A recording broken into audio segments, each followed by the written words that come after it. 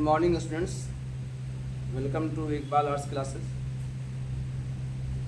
आज मैं आप लोगों को एक टॉपिक है वैदिक सभ्यता, जो इतिहासकारों के अनुसार सिंधु घाटी सभ्यता के बाद आया। कहा जाता है कि सिंधु घाटी सभ्यता के जन्म जब नहीं हुआ था, उसको पता नहीं हुआ था, उसके बारे में पता नहीं चला था, यानी 1921-22 से पहले लोगों की, इतिहासकारों की धारणा थी कि वैदिक सभ्यता भारत की सबसे पुरानी सभ्यता। लेकिन जब 1921-22 में राखल दास बनर्जी और दयाराम साहनी ने सिंधु घाटी सभ्यता को खोज किया, तब ये धारणा समाप्त हो गई। अब लोगों को एहसास हो गया, पता चल गया कि वैदिक सभ्यता भारत की सबसे पुरानी सभ्यता नहीं है, सिंधु घाटी की सभ्यता भारत की सबसे पुरानी सभ्यता। तो आज हम जो स्टडी करने जा रहे हैं, ये बीए फर्स्ट सेमेस्टर में पढ़ना भी है, इसके अलावा और भी कॉम्पिटिटिव एग्जाम में काम आएगा।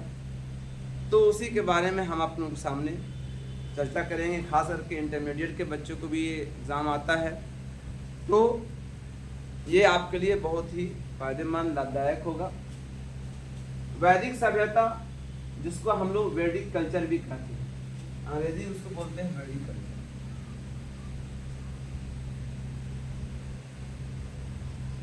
तो इसकी जो शुरुआत हुई थी इतिहासकारों के अनुसार 1500 BC से 600 BC, यानी ये 1000 साल तक ये चला। ठीक है। वैदिक सभ्यता को, चूंकि वैदिक सभ्यता इसलिए नाम दिया गया कि इस काल में वेदों का निर्माण हुआ। 4 वेद थे, ऋग्वेद, सामवेद, यजुर्वेद, अथर्ववेद, 4 वेदों का निर्माण हुआ, इसलिए उसको नाम दिया गया वैदिक सभ्यता। तो वैदिक सभ्यता में जो पहला जो दौर था, जो पहला पीरियड, इसको 2 पीरियड बांटा गया है। पहला पीरियड था ऋग्वैदिक काल, यानी ऋग्वैदिक पीरियड, और दूसरा काल जो था वो लेटर वैदिक पीरियड, जो 1000 BC से 600 BC चला, और ये चला 1500 BC से 1000 BC। तो इसका 2 काल रहा। ठीक है। ऋग्वैदिक काल में ऋग्वेद का निर्माण हुआ, और इस समय जो है, इस समय का इतिहास कुछ डिफरेंट था। इस समय का इतिहास में थोड़ा बदलाव आया। उसी बदलाव के बारे में आज हम आप लोगों के सामने बात करेंगे। अब सबसे पहले ये प्रश्न उठता है, हम लोगों के सामने सवाल उठता है कि ये बताइए कि ये लोग कौन थे। सिंधु घाटी सभ्यता के बाद जब आर्यन हिंदुस्तान आए, और इतिहासकारों का कहना है कि आर्यन में से कुछ विद्वान लोग थे जिन्होंने वेदों का निर्माण किया। तो ये आर्यन जो आए, ये आर्यंस कौन थे, ये आर्य लोग कौन थे, कहाँ से आए थे? तो इतिहासकारों का इसमें बहुत सारा मतभेद है, जिसे डॉक्टर अविनाश चंद्र दास कहते हैं कि ये सप्त संधर के वासी थे। पंडित गंगानाथ झा बोलते हैं कि ये ब्रह्मश्री प्रदेश के थे। डॉक्टर राजबली पांडे बोलते हैं कि मध्य प्रदेश के थे। श्री एल.डी. कहल बोलते हैं कि कश्मीर के रहने वाले थे। श्री बाल गंगाधर तिलक बोलते हैं कि ये उत्तरी ध्रुव के रहने वाले थे। स्वामी दयानंद सरस्वती बताते हैं कि ये तिब्बत के रहने वाले थे। पी. गायस बताते हैं कि हंगरी के रहने वाले थे। इनका महोदय बोलते हैं कि ये बाल्टिक के समुद्र के तट पर रहते थे। गार्डन चाइल्ड बताते हैं कि ये दक्षिणी रूस के थे। प्रोफेसर मैक्स मूलर कहते हैं कि मध्य एशिया के थे। लेकिन प्रोफेसर मैक्स मूलर की जो बात है वो सबसे 100% माना जाता है ये, और बहुत सारे किताबों में भी मैंने पढ़ा कि ये मध्य एशिया के रहने वाले थे, जिन्होंने हिंदुस्तान में आकर के जब आगमन हुआ तो उन्होंने एक नई सभ्यता की नींव डाली। एक इतिहास मैंने ये भी पढ़ा कि जो आर्यन थे, इनके ये 3 टुकड़ों में बट गए थे।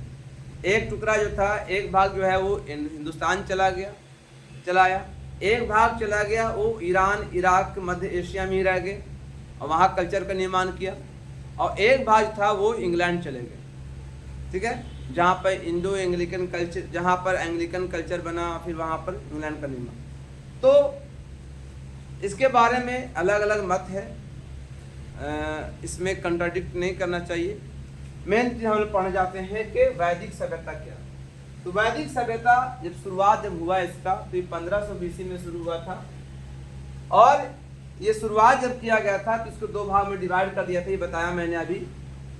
इसके जो सबसे पहले इनके हम लोग राजनीतिक दशा, सामाजिक दशा, आर्थिक दशा क्या थी, है ना, तो सारी विशेषताओं को हम लोग धीरे धीरे पढ़ेंगे और इसको समझेंगे।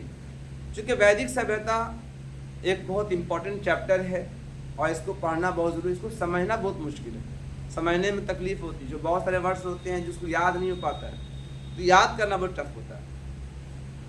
तो ये लोग पहले कबीलाई संस्था में रहते थे, कबीला होता था, कबीलाई संस्था होती थी, है ना। इतिहासकारों के अनुसार 5 कबीले होते थे, जिसको पंचजन कहा गया।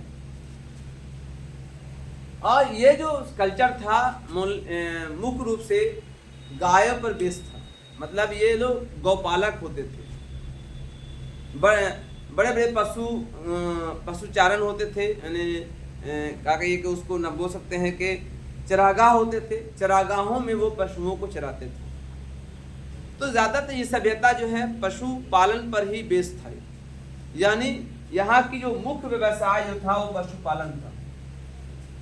कहा जाता है कि वहाँ एक युद्ध हुआ था, ऋग्वेद में एक युद्ध का वर्णन है जिसमें 10 राज युद्ध कहते हैं, यानी 10 राजाओं ने लड़ाई लड़ी थी, और आखिरकार जो है सुदास नाम के एक राजा की जीत मिली थी, है ना। ये इतिहास में बताया गया है, सुदास नाम के राजा को जीत मिली थी। और उसके बाद जो है, अच्छा, राजा जो होते थे ऋग्वैदिक काल में वो निरंकुश नहीं होते थे, यानी इन्हें सारे कबीलों से राय लेनी पड़ती थी, है ना, यानी सभी की भागीदारी, यानी कबीलाई संस्था में सभी की भागीदारी होती थी। और कुछ कुछ जगहों पर तो स्त्रियों की भागीदारी से सभा और विदत नाम के संस्था में महिलाओं की भी भागीदारी होती थी। राजा जो होते थे वो पूरे संस्था के रक्षक होते थे, राजा को गोप्ता बोला जाता था। और इसके अलावा जो चरागाह होते थे, चरागाहों की रक्षा करने वाले जो अधिकारी होते उसका नाम था वाज्रपति। और परिवारों के जो परिवार जो होते थे, उनके जो परिवार होते थे, परिवारों के जो हेड होते थे उनका नाम होता था कुलपति। मतलब कुलपति मतलब मुखिया ही कह सकते हैं। बाद में जो है ये लोग जो है जब पारिवारिक जीवन में और बढ़ने लगे तो और एक साथ बसने लगे, तो गांव के जो हेड होते थे तो गांव के हेड मुखिया कहलाए, यानी इसको ग्रामीणी कहा गया, है ना। यानी गांव का जो मुखिया हुआ वो ग्रामीणी कहलाया, जिसको हम लोग, है ना, वाज्रपति भी कहते हैं। ऋग्वेदिक के अनुसार इस काल में 2 बड़े महर्षि, 2 बड़े ऋषि का जन्म हुआ, है ना, वजूद में आए थे। पुरोहित थे जिनका नाम था, एक का नाम था वशिष्ठ और दूसरे का नाम था विश्वामित्र, है ना। पुरोहित राजा के कर्तव्य था कि वो लोगों को उपदेश देते थे, लोगों को बताते थे, लोगों को शिक्षा देते थे, है ना, धर्म की बात बताते थे। इसके अलावा पुरोहित लोग जो है ना, भाला कुठार तलवार चलाना सिखाते थे, यानी सेना तैयार, मतलब राजा को और जो लोगों को लड़ने के लिए तैयार करते थे। हालांकि उनकी अस्थाई सेना उस समय नहीं होती थी, वो लोग अस्थाई सेना नहीं रखते थे। ज़रूरत पड़ने पर जो है आम जनता ही सेना का काम करते थे। कबीलाई टोलियाँ होती थी वहाँ, है ना, सभी कबीले मिलकर के सैनिक बनाते थे, ठीक है। ज़रूरत पड़ने पर जो है वो लोग जो है बलि भी चढ़ाते थे, है ना। कर का संग्रह भी करते थे, कर का मतलब टैक्सेशन सिस्टम भी था, टैक्स प्रणाली भी थी, टैक्स को वो वसूलते भी थे। तो ये था उनकी राजनीतिक दशा, मतलब कोई राजा नहीं होता था, लेकिन राजा, एक राजा का नाम आता जिनका नाम था सुदास। फिर सामाजिक जीवन जो है उनका बहुत अच्छा था, समाज में सभी लोग मिलजुल के रहते थे। एक परिवार में माता पिता बहन भाई पुत्र पुत्रियां सभी लोग रहते थे, है ना, भतीजा भतीजी भांजी सभी लोग रहते थे, ठीक है। सभी के लिए एक नाम दिया गया था, माता पिता भाई बहन सभी एक परिवार कहलाते थे। लेकिन जो भांजा होते थे, भतीजे होते या पौत्र या नातियाँ या चचेरे भाई, तो उनको निपत्रा कहा गया, है ना। और जब उससे बड़ी फैमिली होती थी तो उसको विष कहा गया, है ना। और विष से बड़ी जो फैमिली होती थी तो उसको गोत्र कहा गया। आप हिंदू धर्म में सुनते हैं गोत्र के बारे में। वैश्य नामक बहुसंख्यक वर्ण वहाँ पाए जाते थे, मैंने वहीं से शुरू हुआ। जो आप बोलते हैं वर्ण व्यवस्था, ये वहीं से प्रचलित हुआ। पितृसत्तात्मक परिवार होता था, पिता की सत्ता चलती थी, है ना। वीर पुत्रों की कामना, वहाँ पर जो है स्त्रियों को कहा जाता था कि वीर पुत्र की कामना करिए, वीर पुत्र की कामना की जाती थी, है ना। ऋग्वेद में बेटियों का कोई कामना नहीं की जाती थी। नारी के उत्पादन की क्रिया कुछ भूमिका निभाई तो क्रिया में कुछ भूमिका निभाई तो दुहित्रा या बुनाई जैसे क्रियाकलापों को स्पष्ट किया गया। बाल विवाह का प्रचलन नहीं था उस समय, बाल विवाह का प्रचलन नहीं मिला है वहाँ पर। सती प्रथा के भी कोई प्रचलन नहीं मिला है, कैसा प्रमाण कहीं पर नहीं मिला। कुछ जगहों पर ऐसे प्रमाण मिले लेकिन परफेक्ट प्रमाण नहीं है। पर्दा प्रथा का प्रमाण नहीं मिला। हाँ, विधवा विवाह होता था, है ना, विधवा विवाह का प्रचलन था उस जमाने में। आर्य जब भारत आए थे तो 3 श्रेणियों में थे, योद्धा, पुरोहित और सामान्य जन, है ना। बाद में जो है और भी इसमें डिवीजन हुआ, ठीक है। चौथा वर्ग शूद्र कहलाए थे ऋग्वेद में, तो वही हुआ। पहला हुआ आपका ब्राह्मण, क्षत्रिय, वैश्य, शूद्र, इसी से निर्माण हुआ। आर्थिक जीवन कहता है ये लोग मुख्यतः पशुपालक होते थे, पशुओं को पालते थे। उनकी अधिकांश लड़ाइयाँ गायों को लेकर होती थी। मतलब जो ये लोग जो है मुख्य रूप से जो है ऋग्वेदिक काल के लोग गायों के लिए लड़ते थे। तो मुख्य काम जो होता था वो गायों के लिए लड़ाई होती थी, है ना। ऋग्वेद में गायों को आध्या कहा जाता था, है ना। यहाँ पर व्यापारी वर्ग के भी लोग होते थे, व्यापार भी करते थे वहाँ पे लोग। और सोने के और सोने चांदी के जेवर भी इस्तेमाल करते थे, जिसको निस कहा जाता था। ऋग्वैदिक काल में सोने और तांबे का प्रयोग का प्रमाण मिला है। तो वहाँ पर जो है आपके आर्थिक क्रिया भी अच्छी थी वहाँ पर लगभग। लेकिन मुख्य रूप से विनिमय का जो साधन था वो गाय ही मेन था। गायों की खरीद बिक्री भी होती थी, लेकिन विनिमय का माध्यम था वहाँ पर। धार्मिक जीवन में ऋग्वैदिक काल में पुरुष देवताओं की प्रधानता रही है। जैसे कि सोमदेव, जैसे कि पृथ्वी के देवता पृथ्वी, अग्नि, सोमदेव। वायुमंडल के देवता इंद्र, वायु, मरुत, रुद्र, पर्जन्य। आकाश के प्रतीक वरुण, मित्र और सूर्य। ऋग्वेद में इंद्र का नाम 250 बार आया है ना। इंद्र वर्षा कराते थे, मरुत तूफान लाते थे, वरुण शक्ति के प्रतीक थे, नैतिकता के प्रतीक थे। ऋग्वैदिक काल में धार्मिक जीवन उच्च कोटि का था, ठीक है। धार्मिक जीवन अनेकों परिवर्तन दृष्टिगोचर हुए। यज्ञों के महत्व वहाँ था, यज्ञ, लेकिन यज्ञ बहुत जटिल था, यज्ञ बहुत ही जटिल था। स्त्री और पुरुष में सभी लोग धार्मिक अनुष्ठान करते थे और इसमें पुरोहित की बड़ी भूमिका होती थी। वैदिक जीवन में संस्कृति जो है रीति रिवाज होते थे, जैसे कि धर्म, अर्थ, समाज, योग से संस्कृति का स्वरूप निर्मित किया गया था। धार्मिक रीति रिवाज थे, संस्कार, शिक्षा, साहित्य, संगीत, आमोद प्रमोद, सभी चीज़ें वहाँ पर मौजूद थी। धीरे धीरे जो है उनकी ज़िंदगी बदलती चली गई वैदिक जीवन में। फिर गांव बसने लगे, गांव से शहर बसने लगे।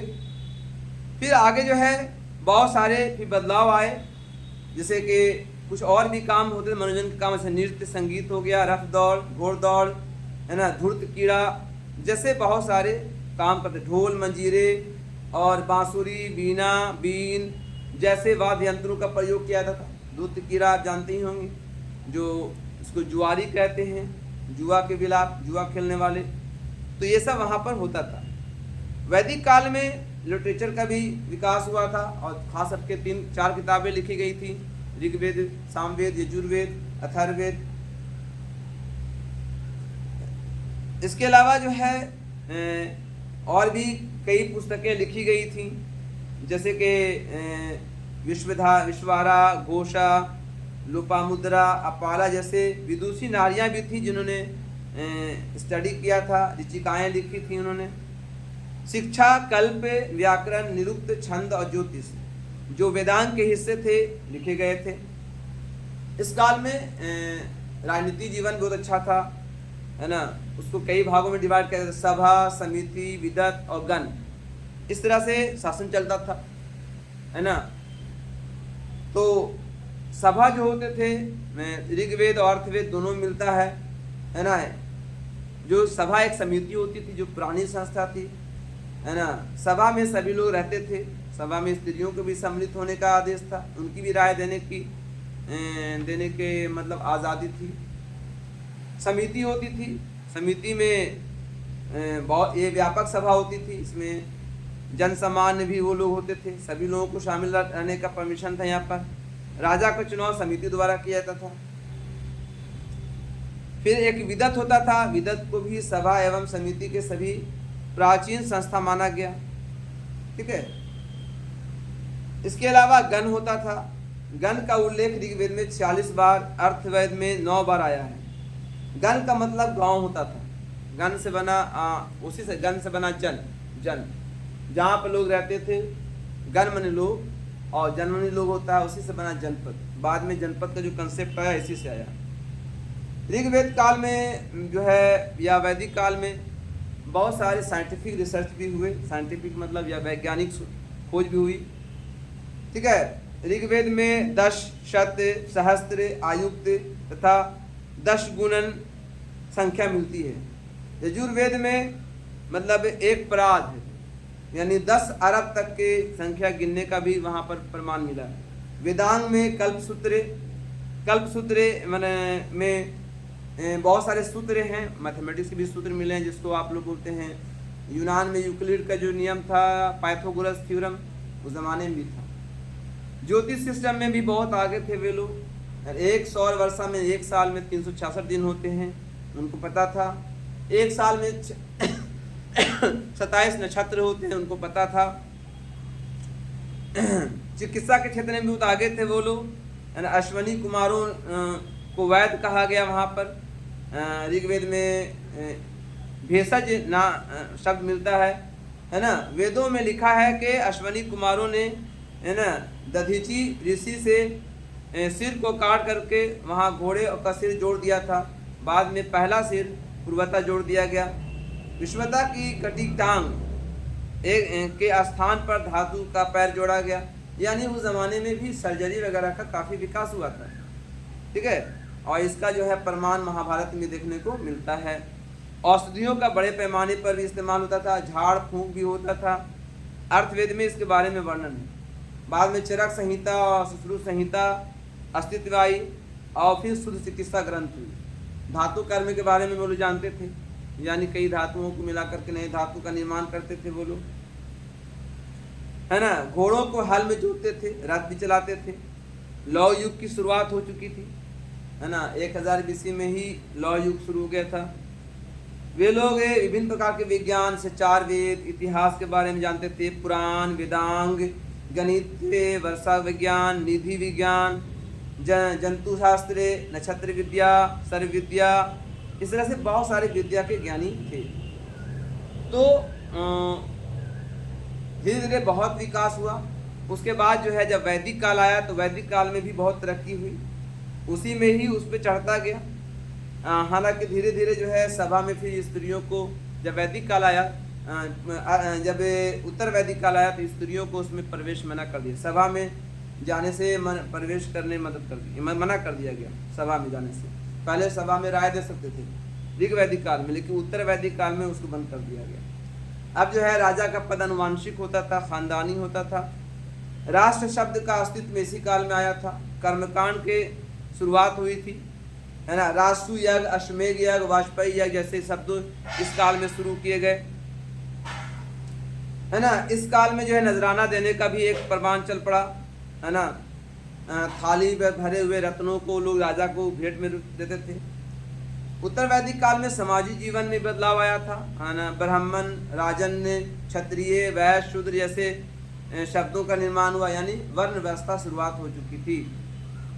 वर्ण के साथ काल में आश्रम व्यवस्था भी शुरू हुआ था। आश्रम जानते होंगे आप लोग कि एवरेज लोग है 100 साल जीते थे, तो उसको जो है 4 आश्रमों में बांट दिया गया था। 1 से 25 साल, 25 से 50 साल, 50 से 75 साल, 75 से 100 साल। यानी पहला जो था उसका नाम था आपका पहला, दूसरे का नाम था गृहस्थ आश्रम, पहले वाले का नाम था भूल रहे हैं दिमाग से, हाँ, वनप्रस्थ आश्रम था। तीसरे का नाम था, और फिर संन्यासाश्रम, और इसका नाम था जिसमें जो है वो अपने गुरु के साथ जा करके विद्या प्राप्त करना होता था। तो 4 आश्रमों में बांट दिया गया था। ये पहले से ही वहाँ पर उस समय शुरू हुआ। वैश्य लोग कृषि करते थे, पशुपालन करते थे, और जो नीच जात के लोग होते थे वो जो है मतलब दास का काम करते थे, गुलामी करते थे। हाँ, पहला वाला था ब्रह्मचर्य आश्रम, ब्रह्मचर्य आश्रम था। स्त्रियों को भी समझिए कि साधन का मतलब मनोरंजन का साधन समझा जाता था। स्त्री को अब जुआ और सूरा श्रेणी में रखा जाता था। उपनयन संस्कार वहाँ वंचित रखी गई थी। अर्थवेद, ऐतरेय ब्राह्मण और तैत्तिरीय संहिता में कन्या को जन्म दुख के कारण माना गया, परंतु इसके साथ साथ विश्वतारा, अपाला, घोषा, गर्गी, मैत्रेय, ये सब महान स्त्रियों का जन्म हुआ था उस समय। वैदिक काल में उत्तर वैदिक काल में धर्म और जटिल हो गया। इसमें बहुत सारे जो है कर्मकांड आ गए, जिसके कारण जो है धर्म को मानना बहुत मुश्किल होने लगा था। ऋग्वैदिक काल में इंद्र, अग्नि, वरुण के स्थान पर त्रिदेव ब्रह्मा, विष्णु, महेश के बारे में रचना की गई है। ठीक है। सृष्टि में रचयिता के प्रजापति का उच्च स्थान था। विष्णु को भी प्रधान यज्ञ पुरुष माना जाता था। पूषण जो पहले गौरक्षक देवता होते थे, अब शूद्रों के देवता माने गए। पशुओं का देवता रुद्र भी अब एक प्रमुख देवता बन गया। ब्राह्मणों के प्रभुत्व एवं आर्यों के कर्मकांड पर भी प्रथम प्रतिक्रिया उपनिषदों में की गई है। उपनिषदों में भी इसके बारे में वर्णन है। वैदिक काल में संस्कृति का भी अच्छा विकास हुआ था, कल्चर का भी काफी विकास हुआ था। इस तरह से वैदिक काल में पहले तो आपका जो था वैदिक काल, जो ऋग्वैदिक काल था, उसके बाद उत्तर वैदिक काल था। उत्तर वैदिक काल में जो बुक लिखे गए है ना, सामवेद है ना, ऋग्वेद, सामवेद, यजुर्वेद और अथर्ववेद। सामवेद में पूरा पुजारियों के गीत है, बहुत सारे जो आपके जो कर्मकांड होते हैं या पूजा होते हैं उसमें है। यजुर्वेद में भी जो है बहुत सारे जो रीति रिवाज हैं हिंदू धर्म में उसके बारे में। अथर्ववेद में है ना जादू टोना जितना भी तंत्र मंत्र के बारे में वर्णन है। तो ये सब जो है लेटर वैदिक पीरियड में जो है आया था। तो ये वैदिक समाज था, है ना, जिसके बारे में मैंने डिटेल में बताया आपको। आप इस पर बहुत सारे क्वेश्चन आ सकते हैं एग्जामिनेशन में, जिसको आप समझ सकते हैं। कंक्लूजन ये है कि वैदिक काल में जो शुरुआत हुई वैदिक काल की, जो शुरुआत हुआ था गांवों से शुरुआत था। वैदिक काल जो था वो ग्रामीण सभ्यता थी, जैसे सिंधु घाटी सभ्यता एक शहरी सभ्यता थी, लेकिन वैदिक काल एक ग्रामीण सभ्यता थी। गांव से शहर हुआ, है ना। गांव से लोग शुरुआत में वो लोग जो आर्यन थे घूमते रहते थे, बाद में एक जगह स्थानांतरित हो गए। जहाँ पशुपालक थे वो अब कृषि करने लगे। तो धीरे धीरे विकास हुआ और विकास को अग्रसर हुआ। इस वीडियो को यहीं पर अंत करते हैं। वीडियो को लाइक कीजिए, सब्सक्राइब कीजिए, शेयर कीजिए। Thank you.